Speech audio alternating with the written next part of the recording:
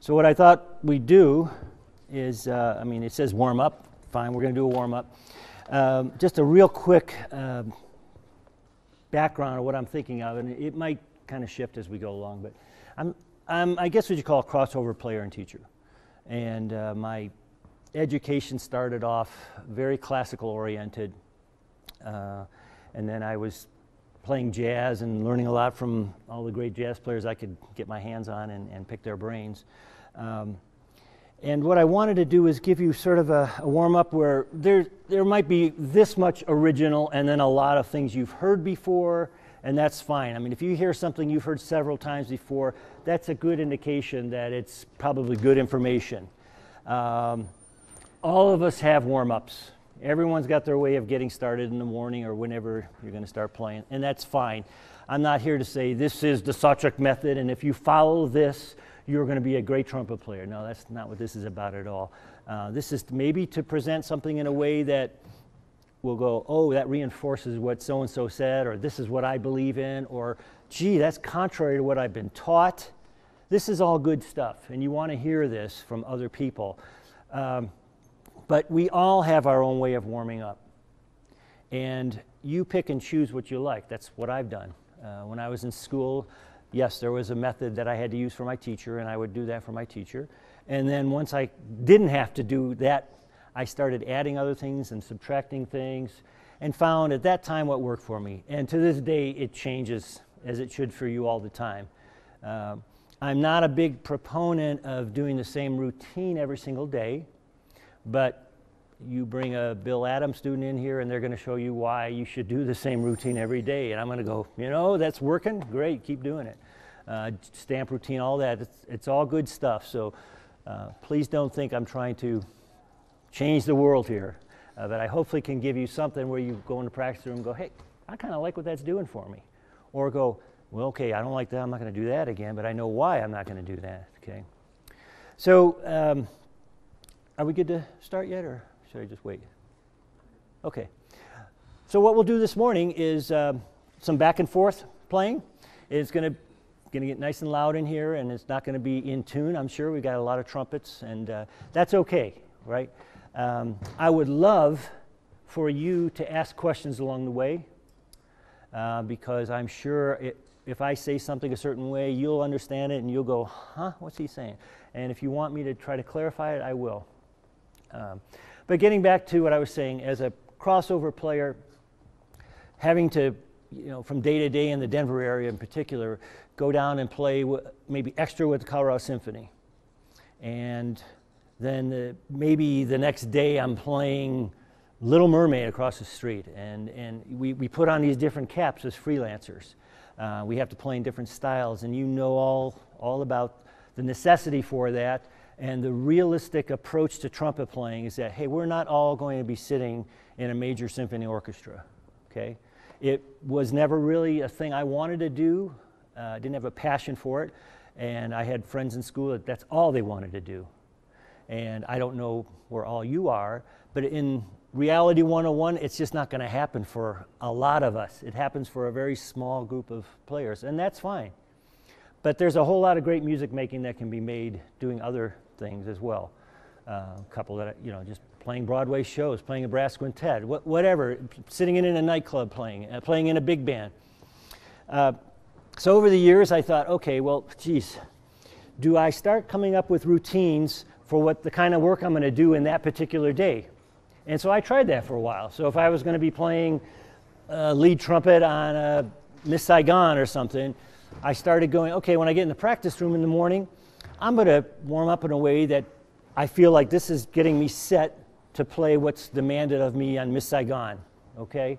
If I was going to play a brass quintet job or a classical job, I would try a different warm-up, try a different approach to it. That didn't really work in the end.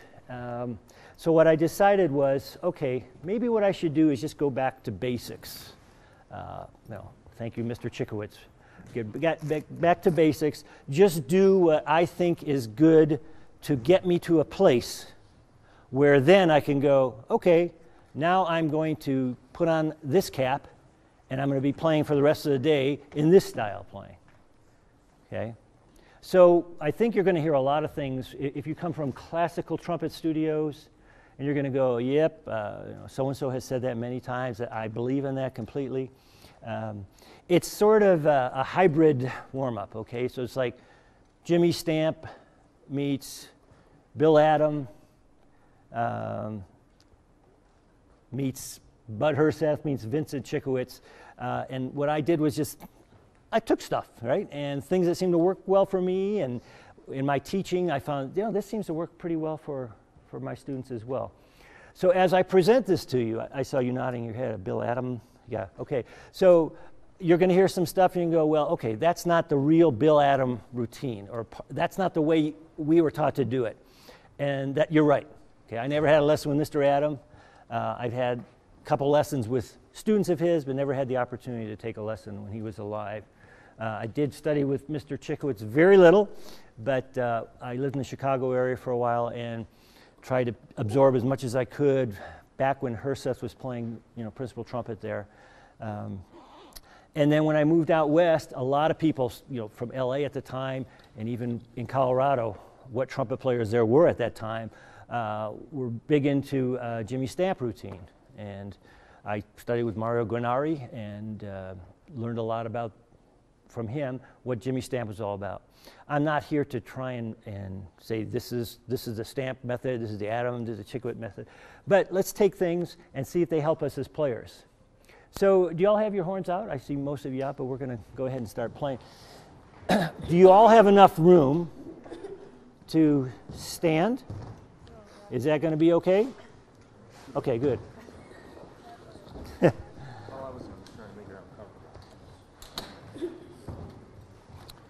That might be difficult for you all to see me, especially with these tall dudes up in front here.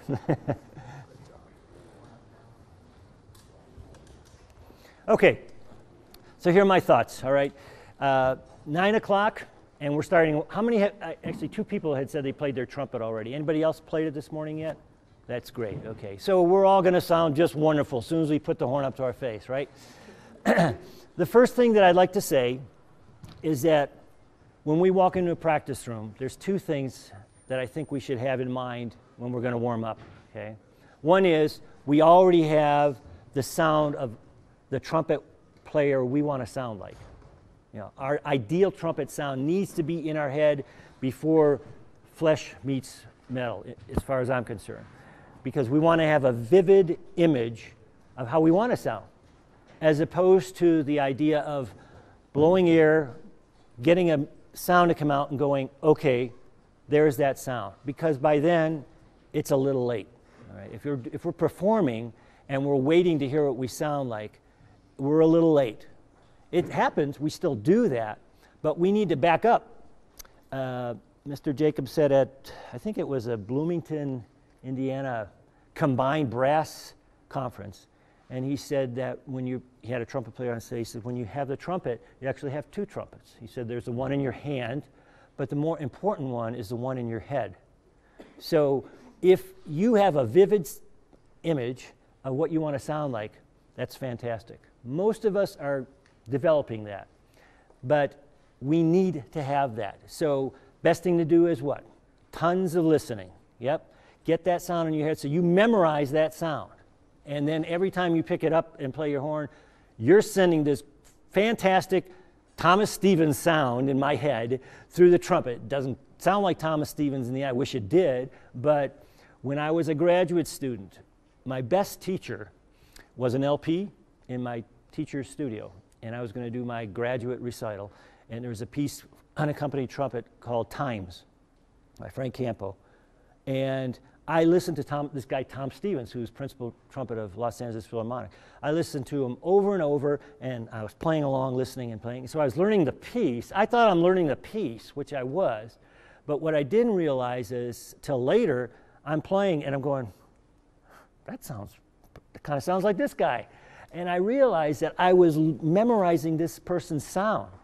It was just absorbing this sound, and when I put the horn up to my face, I was getting closer to how he sounded. It was a definite improvement in my sound without anyone on that record telling me you need to do this with the corners or do this with your air, blah, blah, blah. It was, I hear a sound, in my head, and I'm going to convey it through this instrument, okay? So that's your best teacher. I'm sorry, I wish I could say I'd be your best teacher, but having a great sound in your head, you're way ahead of a lot of people. The second thing, we walk into a practice room, we walk around with this vivid sound, but we walk into a practice room and we're thinking, I have a performance later in the day. If you're a college student, I have a midterm coming up. Maybe you just had a fight with your significant other. Maybe you don't have much money. Right, okay. All these thoughts in our head, right? We're all in the same boat, okay? And we're going to go in a practice room and we're going to start warming up. And what happens is, okay, maybe for a couple moments we're really engaged, and all of a sudden maybe someone walks by, we're distracted, and boom, our brain starts going a zillion miles an hour. And we're remembering, I got to pay the electric bill later on today, and we're really not focused on this. Well, welcome to the human race. It's going to happen. Okay. But there are some things I found very helpful for getting me into a more calm state, a more focused state. So I'm not even talking about playing a note on my instrument yet. I've got a great trumpet sound in my head, but I need to just calm my body down, calm my brain down, just settle down a bit. So I'm going to just do a couple things, and you're going to go, oh, yeah, okay, I got you. But if we could all try this. So try to be, get in a position where you're about as relaxed as you think you can be. And let's do one thing. If you wouldn't mind all just closing your eyes, and we're just going to do from the top to the bottom sort of a relaxation deal. So what I want you to think about is the top of your head, and we're going to slowly go down our body. And I just want you to think about that area. For instance, let's say the forehead right now. Once we think about that area and we're concentrated, you might start sensing like something's relaxing. Now, maybe not the forehead, but how about our eyes? Even though I'm presenting this, I can still feel my eyes starting to relax. Head down towards your mouth and just let things flop. Just relax, okay? Think of the neck area, which is fairly crucial for us as trumpet players.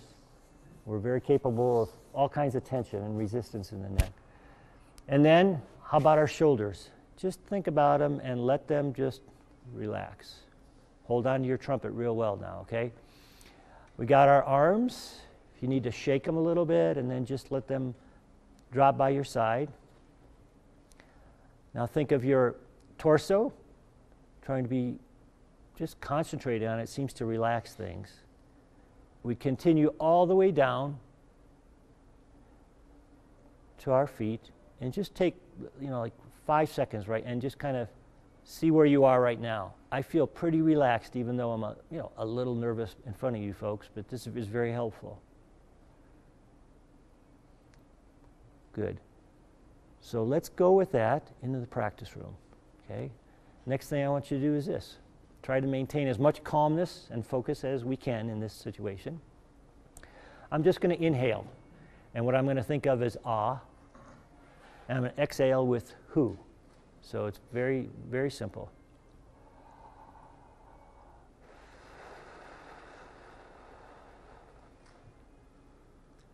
Do this very slowly, and you might start feeling even more relaxed. I had to grasp my trumpet because I started feeling a little bit more relaxed in my left hand. The idea, when we inhale and we exhale, there's no slowdown or stoppage of air, because we're very capable as trumpet players of doing this. Right? Sometimes that helps. More often than not, frack. Okay? So a real good way to work on this is, my teacher used to talk about circular breathing, which is really not what's happening, but it helps to think of this.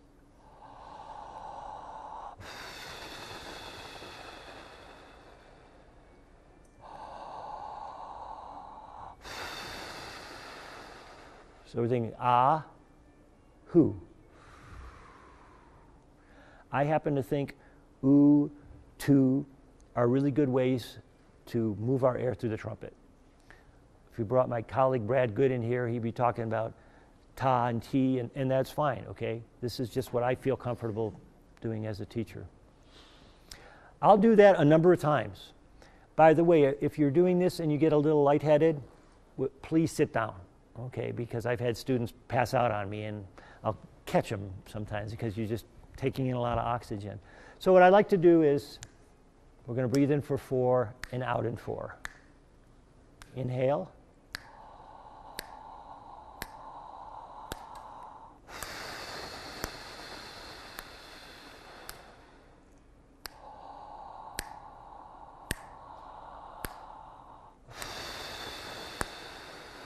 We'll do one more. Don't be polite, open those mouths up.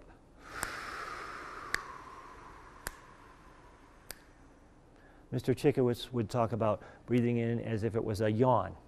Okay, you can do that. I used to have a piece of PVC pipe I put in my mouth. Maybe some of you have that in your cases, right? The idea is we want to keep this nice and open. Yes? So ah and who does that? Now, this is our biocomputer. Maybe I just told you something that you agree with, and as soon as this hunk of metal comes up to your face, and we put 16th notes in front of you, you might all of a sudden go back to this old habit that you've been doing for many, many years, or whatever. And so what I'm doing is saying, hey, let's create this environment in our trumpet playing. I don't care if I'm playing lead in a big band, or I'm playing in a brass quintet. I'm going to use this approach when I breathe in. Now, sometimes exhalation changes. You know, if I'm going to have to pop off a high something, I'm not going to go, right? None of us are going to do that. I mean, we got to do other things. But our beginning stages, let's just get relaxed as trumpet players. We got all kinds of resistance in our life, right? And in our trumpet playing.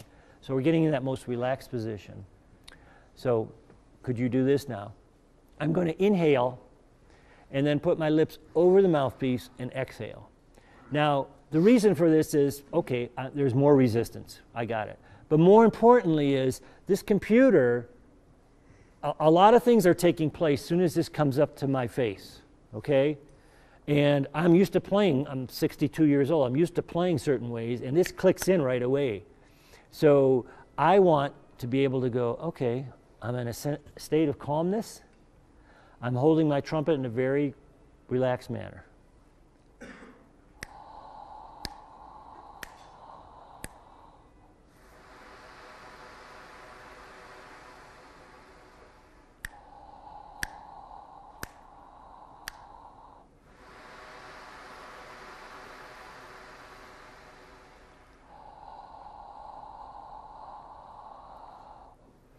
Check your hands. Maybe they're a little tight.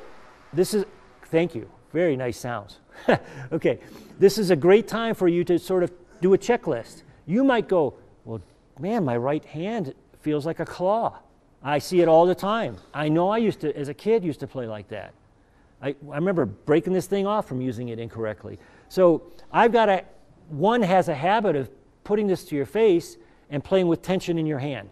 And yet we're breathing in so calmly and our body's fairly relaxed, but lo and behold, we've got tension. So it's a great place to check. Totally relax when we do this, okay? Could we do maybe 3 more?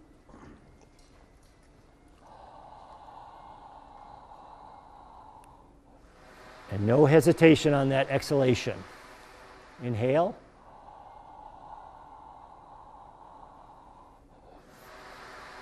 Check your hands, check your shoulders. Did any of you find it, hey, maybe I am a little bit tense? Yeah, any head nods? Yes, sir. Good. That's your computer. This is how you play. As soon as you start reading notes on a page, it's like, bing, we go back to what got us there, right? Okay. So this guy's suggesting, well, let's be as relaxed as possible. It's good advice. You know, I didn't make it up. Okay. Next step in our warm-up. And you can do this as long as you want, okay? You might really get into doing this and spend 10 minutes doing it, and I think it's beneficial. It can only help you as a human being. Now, this is where I pay my tribute to Mr. Adam, but I'm sure I'm going to do it a little bit differently. So if you could kindly take, we're assuming they all work, right? Take your lead pipes out. Now, we'll have some trumpets that have the reverse piping, and then I have some of us have standard piping. That's fine. So the note we're going to produce it's going to be kind of fun to hear. In an ideal world, we're going to get our F. If you have reverse tubing, you're probably going to get an E natural. If you get something extremely low, in my opinion, you are under supporting your wind. You're kind of like, it's kind of like a kid sticking their toe in the water to see what the temperature is. So you go, no, we need to be going just like you were breathing. So I'm going to make a suggestion that we do. I'm going to play it for you, and I know you all know how to make a sound. Let's not worry about this. Okay? Let's not think at all about chops. Now, for some of you going, what the heck? That's what I spend a lot of my time doing. If you do that and you like the way you play, more power to you. I don't think about face hardly at all. Okay? I don't personally think about corners, yet Justin Bartels, principal of Colorado Symphony, talks about corners all the time. Okay? So whatever works for you is fine. What I'm thinking of, what I want to get in the situation is that I'm totally relaxed. My lips are together, and I'm thinking of P-O-O-H, like Winnie the. Okay? So here's something I discovered when I was about 30-some years old. I probably had an aperture like this. Can you see that? I mean, it was fairly large. So I picked this up, and man, I could move air through that trumpet and get a huge sound. Asked me to do anything besides playing loud or high, like soft and low, it wasn't going to happen for me. Okay? So Mario Guarnari was here at Colorado Music Festival, and I was playing second to him. And he started getting into the burp with me and all this stuff, but we talked about this, the idea of thinking of the lips together when we do quote-unquote breath attacks. Okay? When we think of breath attacks, you know, we kind of get phew. But if we think of poo attack, chances are in your favor that you're going to get a sound to come out because the lips are close together, wind is moving, instant vibration. So if you could just kindly put your horn up to your face. You're not going to want to touch just yet because we're going to inhale. But then I'd like you to try this if you don't already play this way, just thinking M. I don't want us to think about buzzing lips. How many in here do free buzzing? Yeah, a lot of people do it. Works for you? That's great. Can you forget about free buzzing just for this moment, okay? And we're just thinking about, so watch. I'll just do it once, and you know how to do this already, but.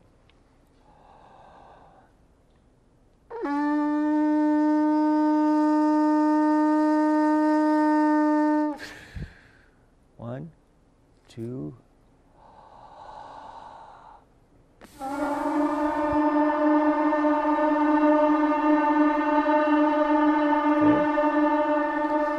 I don't even know if that's an E or an F, and it doesn't matter to me, but I usually will get an F, and if I don't later on, it becomes an F, just because I'm moving more air, getting comfortable. Okay.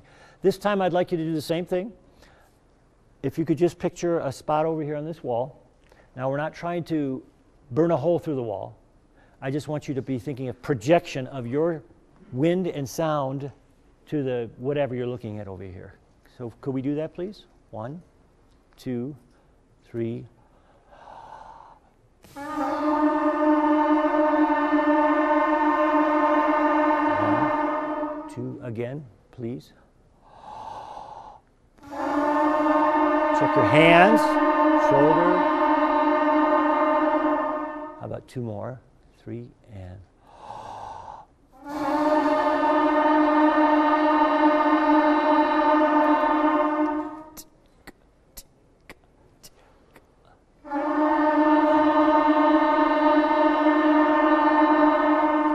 How many do this as part of their regular routine? Only about half of us, okay? So this is new to the rest of you, or you just decided you don't want to do it? One or the other, right? Okay, that's fine, okay? When I first had someone do this for me, a student, Mr. Adam, I thought, what the heck is this? I want to play my trumpet, right?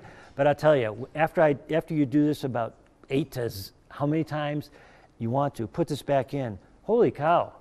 When I teach and I have a student do that for the first time, we're both going, wow, was that you? That sounded, it's just this big, full, beautiful sound.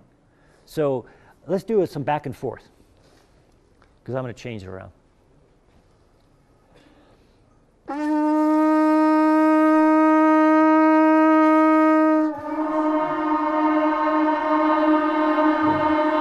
Good.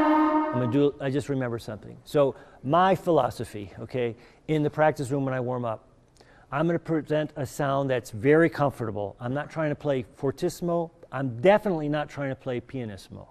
However, some of you in the room might warm up playing very softly, and it works for you. In fact, you should do it every once in a while. But what I want to do is just feel like I'm singing in the shower, okay? And you know what that's like? No one else is around.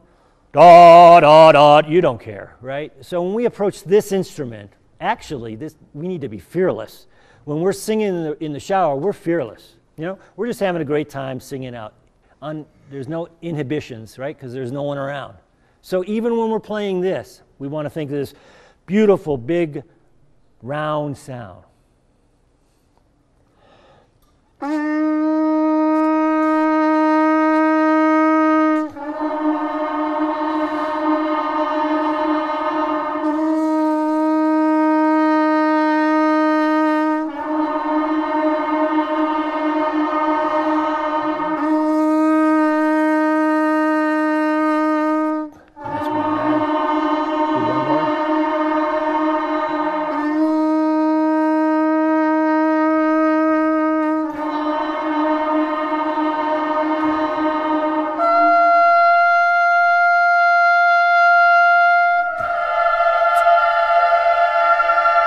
Okay, and we're going to try to do this with the poo attack, okay?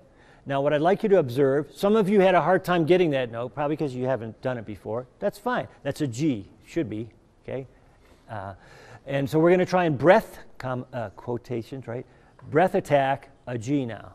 Now as we do this, we got to think about a projection, beautiful sound, not just getting the G, but how we're going to be artists, okay? We're lead pipe artists to get the most beautiful sound on this instrument right now.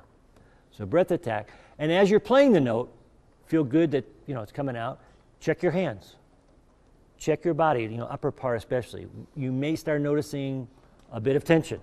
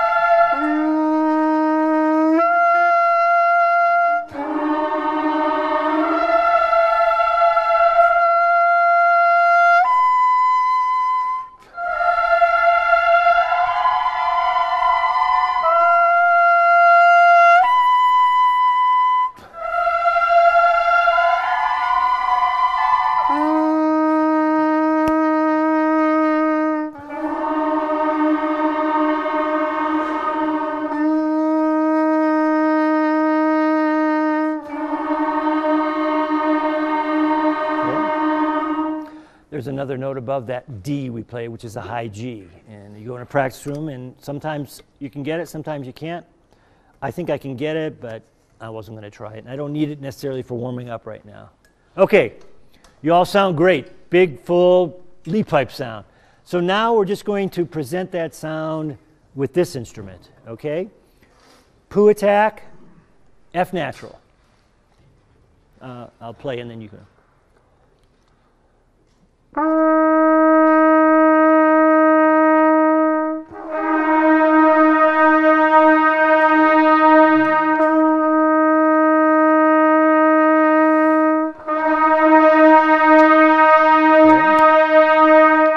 In an ideal world, we're breathing in and immediately moving air through the trumpet. And we're not going to use our tongue to enunciate the note. We're going to do parting of the lips, if you will, okay? Now, this might be a little bit different for you. And if you're not used to immediately exhaling, you might have this habit of just holding on a bit and then letting go. It's very common. It's not a mortal sin. But I want you to try to work on immediate release of air.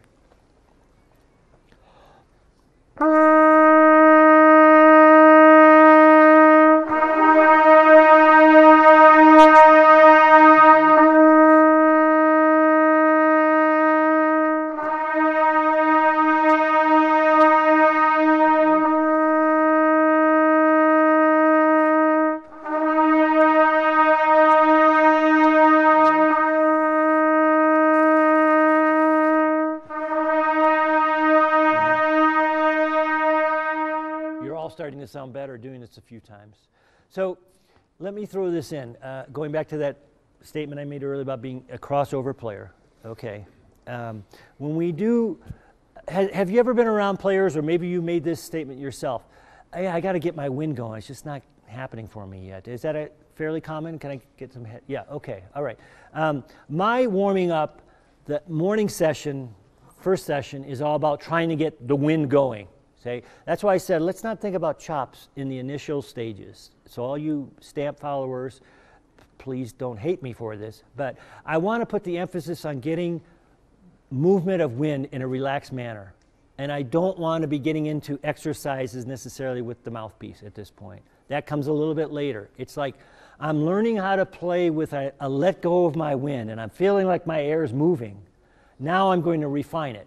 And I happen to advocate, doing that at that time. People could talk about, no, first thing I do is, 30 minutes of mouthpiece playing, and I go, you sound great, so keep doing what you're doing, okay? But I just want to present this idea. Yes, sir? Do you feel like getting the wind moving first and foremost without the poo attack is what caused you to kind of be really open? Yeah, I think so, because, if you hear this sound, did you hear that? I moved my lips, I opened my lips up. That was me, and that's what caused this, okay, a long time ago, because I used to play, and I had to do other things to get the thing happening. I just found it's more efficient starting this way.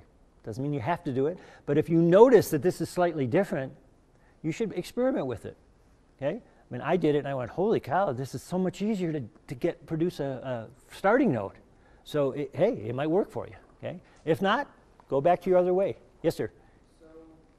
You said that you have lips together first, and then you do the breath and you poo, right? So are you breathing with your lips together, or are you taking them apart slightly?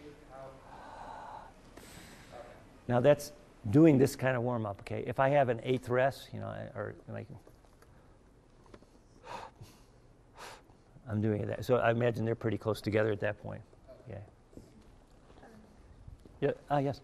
So when you're talking about mouthpiece buzzing, but can't you think of it like as just you thinking as air and not as lips? Absolutely. Absolutely. Yep. You're talking about having a big aperture and like producing really big sound with that. Is that something you think about later on in your warm up? No. Well, that's a good question, because I found that my chops tend to spread a little bit later on in the day if I'm playing, and I don't necessarily want that. So then I go back to doing exercises to try and bring my lips back together. Okay. So if you play comfortably and you go, oh, this is where it feels best for me, stick with it. But I'm always trying to keep them together. Or, lightly touching. That's what I'm getting at. There's a great, I forgot his name, but a lead player who plays with Maria Schneider from Greg Gisbert, yeah. And I had him do a clinic up at our school, and I just read, Doc Severin's talking about the lips touching and thinking very small hole and all this stuff. And Greg says, no, when I play, Maynard says like a Mack truck could drive between his lips. So it worked pretty well for Greg Gisbert and Ferguson and Roger Ingram, and maybe not Ingram, but a lot of those players played. So I'm just suggesting I'm a crossover player, okay? I put different caps on. Okay, I found these things seem to help when I have to move around. If I was playing scream and lead, which that's not what I do, if that's all I did, I'm sure I'd come up with something that works just for that. Okay, so getting back to this idea of let's just get our wind going. Let's let the wind, this wind is our friend, right? Wind does not get tired. We can breathe forever. We've been doing it for a long time. Let's use it. Let's not think so much about hair for right now, okay? Okay. So watch what I do here. It's very simple. Now I'm moving, I want to start moving around, okay? Mr. Adam would have his students play long tones in ascending, descending order. I'm just going to do a little bit differently just to be different. If you could play this after me, please. My body is thinking this. My lips are doing something right here, and I don't want to know what they're doing, okay? My brain is thinking beautiful trumpet sound, you know, the one that I hear in my head. But this is one long tone. That's all. If you walk out of this session today and remember that, it's just like one big old long tone when we play trumpet, okay? You got the wind machine producing wind, and let the brain tell everybody else what to do to produce music and beautiful sound.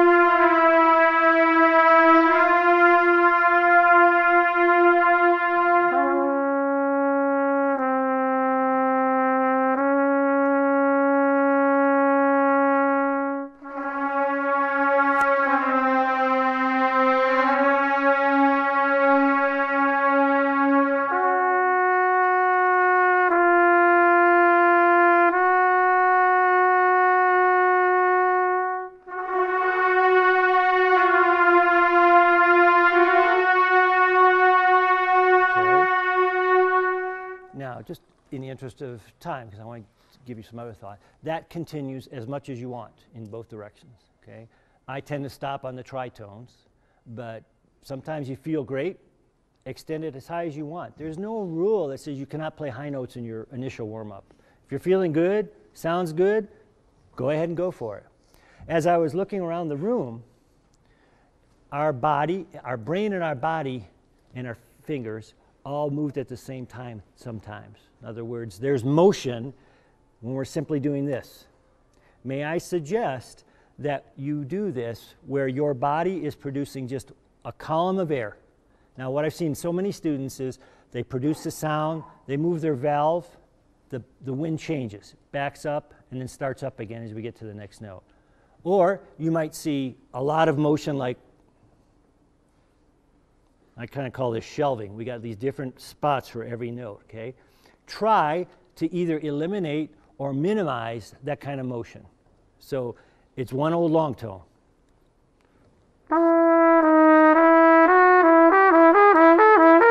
Et cetera, et cetera.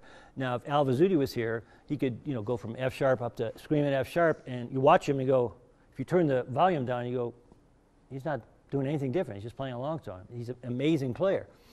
I've watched Phil Smith play, and I see him doing all kinds of stuff, and I go, hey, sounds pretty good, okay? So I'm not saying this is the way to do it, but I'd like you to experiment with trying to just think of one old long tone. We happen to be playing half steps, but that wind is still moving like it's one note, okay?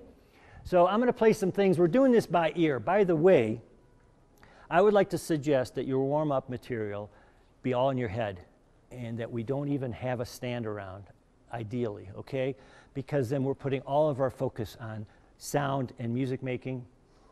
As soon as you put Clark number 1 in front of a freshman college major, and it happens all the time in my studio, and which will be the next thing we're going to do, I'm going to do a variation of it, and you have them play, and if they haven't worked on their chromatics a lot, what are they thinking? They're not thinking about relaxed air and blah, blah, blah. They're thinking getting the right note. So we're losing the effectiveness of a warm-up.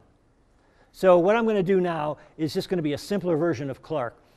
Mr. Chikowicz was not a real fan, and he has it in the books that have been written about him, of just playing static long tones. Yet, there are particularly commercial players will take a G and play as long as you can. What do they call, I think like a 20-minute G or something, you know. Works good, okay? Try it out and see if it works for you. He felt like playing one note causes tightness and tension in the chops. You should find out for yourself, okay? I happen to think, for me, that's what happens. So I'm going to play some moving notes, just like we did, but like this now. Starting on an F.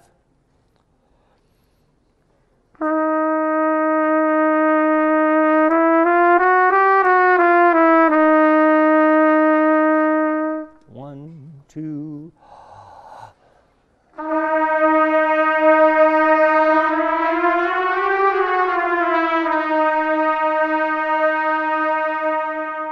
That's why I never was a conductor, because I just miscued you. So it's going to be a whole note, and then the downbeat is still that same note. Ba-do, ba-do, da. So it comes on the and where we play the F sharp. Can we do that as a group? 1, 2, 3. 1, 2, 3, 4.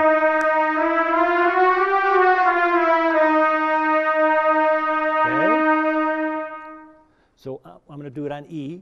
Okay. But I'm thinking there's like this tube that goes out of my bell, and I'm just blowing down this tube all the way for you guys and gals to the wall, okay? I'm not thinking up or down.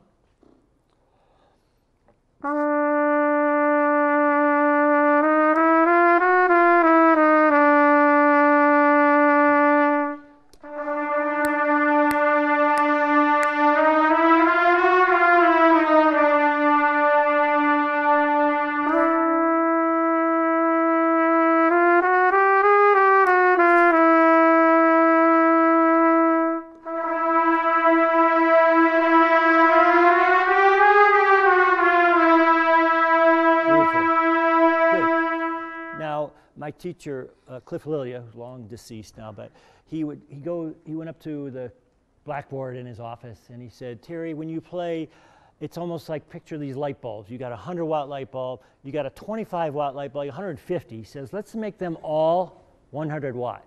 So as we do this chromatic study, I want you to think of every note, same quality, okay? E flat.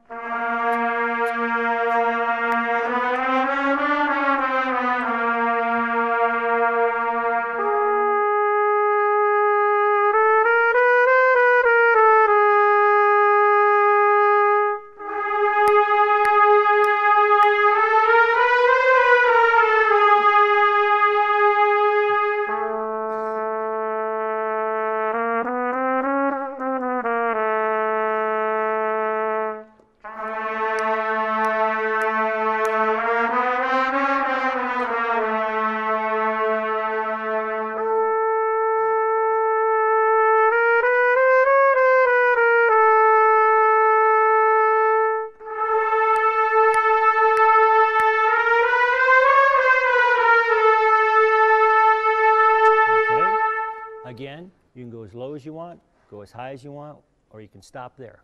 Okay? Next thing, we're going to do lip slurs. Duh, everyone does lip slurs, okay? But I want to try them a little bit differently, maybe for some of you in the room. Anyone ever heard of Don Jacoby? It was from the Dallas area. He's passed on now, okay? Jake, they called him.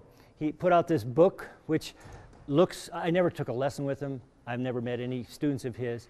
But the book, you know, you show it to someone from academia and they go, oh, geez, it's terrible writing. But to a trumpet player, you go, this is really practical information. One of the things he talks about is as we go up, as we produce sound and we try to go up on our instrument, we think further out. And I bet most of you have heard that in your playing. I like to think of, and I think Mr. Adam would have talked about playing on a plane, okay? So that all the notes are here. They're not up here, they're not down here. They're out this way, okay? Bobby Shue at a clinic talked about most of trumpet players think of playing high notes like climbing a ladder. Well, physically, what happens when we start thinking high? Something happens, we start developing tension in our playing, okay? But he said if you take that ladder and put it out that way, and you're going up to your high X, you're thinking of moving out that way. It's a great concept, okay? So even when we do these mini Clark studies, that's what you want to be thinking, this way.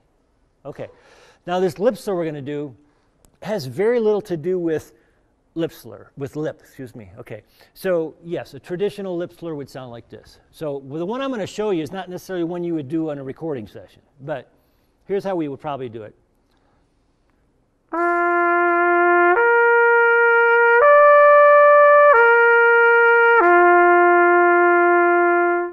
So I've got different settings for each note, okay? Fine, it's a nice, pretty nice, clean slur, okay. What I want you to do is something, how many of you are familiar with the Buzzing book or Buzzing Basics of James Thompson? Okay, fantastic book, okay? We're not gonna do the mouthpiece part, but what I think about, we're gonna go from a G to a C. And what I believe is the only difference, although I'm sure something else is happening, is my wind speed. So I think of a G, say between you and me, and then when I move to the next whole note, C, we're moving it out here. You're going to take that G and you're going to push it to the C. So it doesn't sound lovely. You'll hear the sound in between the two notes, but it puts the emphasis on moving the wind.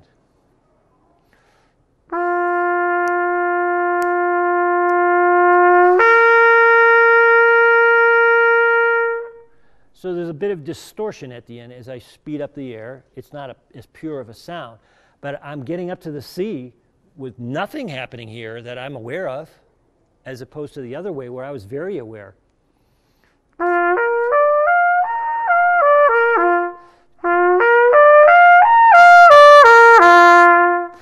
we won't do just that one just yet. So this is the G you're all going to play towards for 4 beats. And then when we go to the C, I want you to think of pushing my hand till it hits, if there were another hand here, it would hit that hand.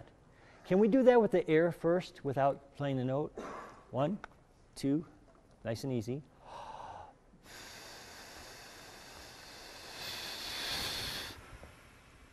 Okay, so if you were honestly trying to hit my hand, which you couldn't, okay, but you noticed as you went to the C, the candle went further away. And you're trying to flicker the flame, you have to do something to make it flicker when it's further away. Let's produce a G and a C that way now, okay? Here's the G. 1, 2.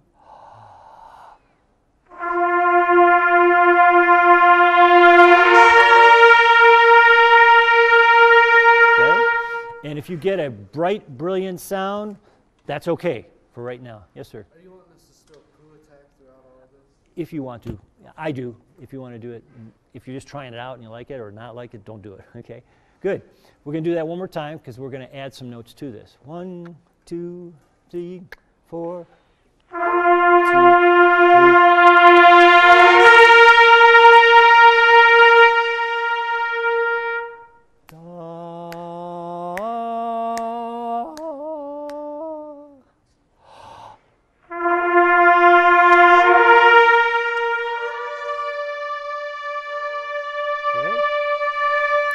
That might be very difficult for some of you.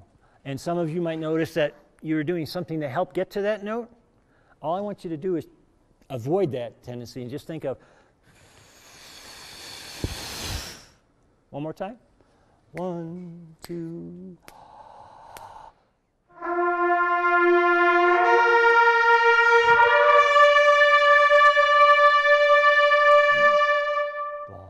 Da, da, da.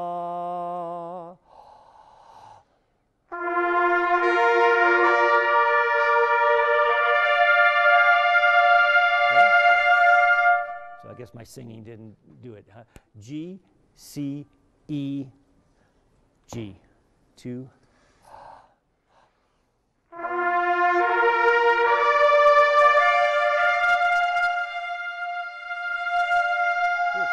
One more time. Remember, we don't care if you frack the note or whatever. Just really put all the thought on moving wind right now. 1, 2, 3.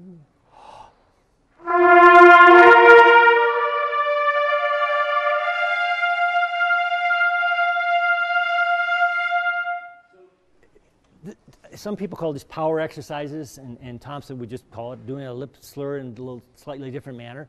The idea is we're trying to just use our wind in a way we maybe didn't use before, okay? So we're going to do some more of these. If you could just play after me.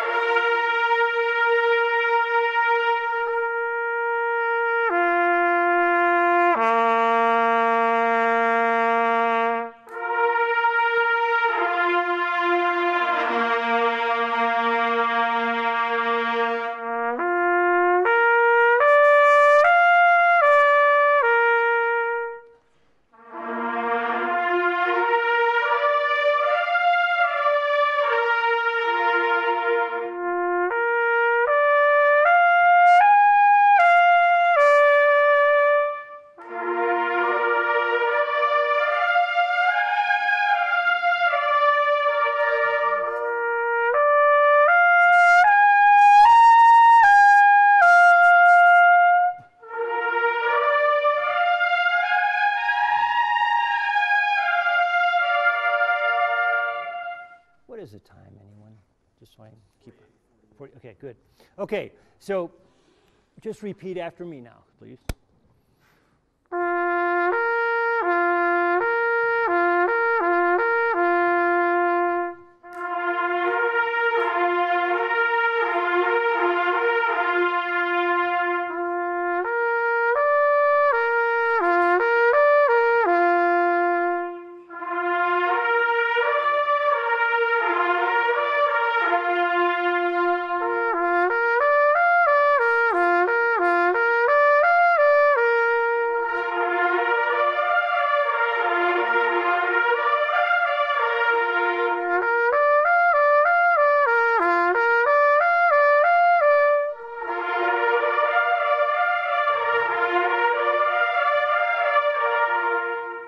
You do that one more time. Chances are, if we heard each person individually, which would take a while, okay, we would probably see some different ways of doing this, okay? I just want you to experiment with moving air. Once you start playing, your air is accelerating to the end. So think of a crescendo from the beginning to the end.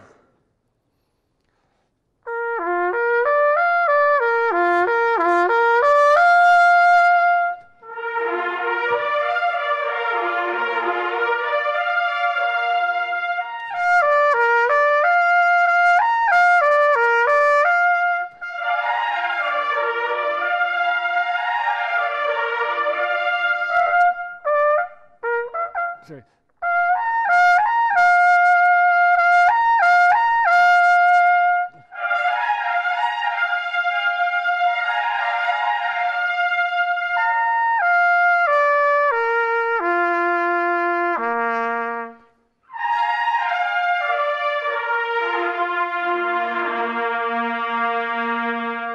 So when we do lip slurs, do them fast, do them slow, but move air rather than just simply adjusting from here. Try it, see if you like it.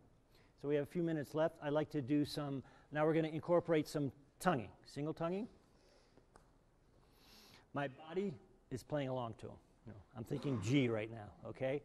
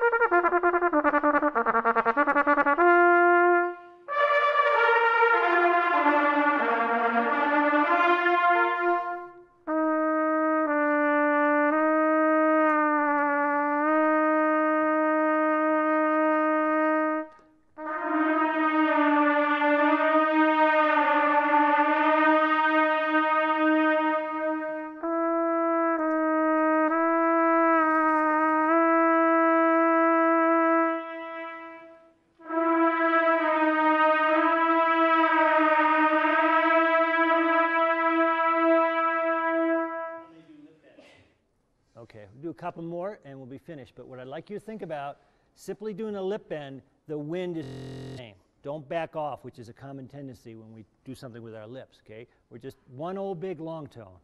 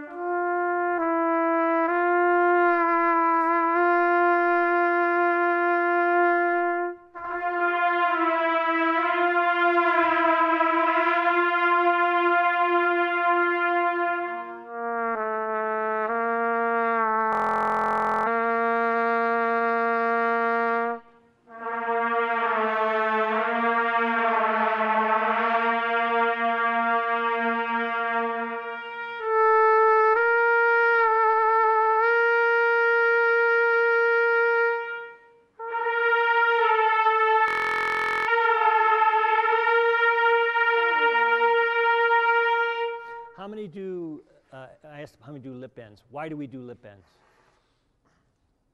Just find the pitch center. When you come back up, you ever notice when you come back up after doing it, it's like boom, just locks right in. Never was I started doing it regularly. Found it really helped my chops find the center of the pitch much more.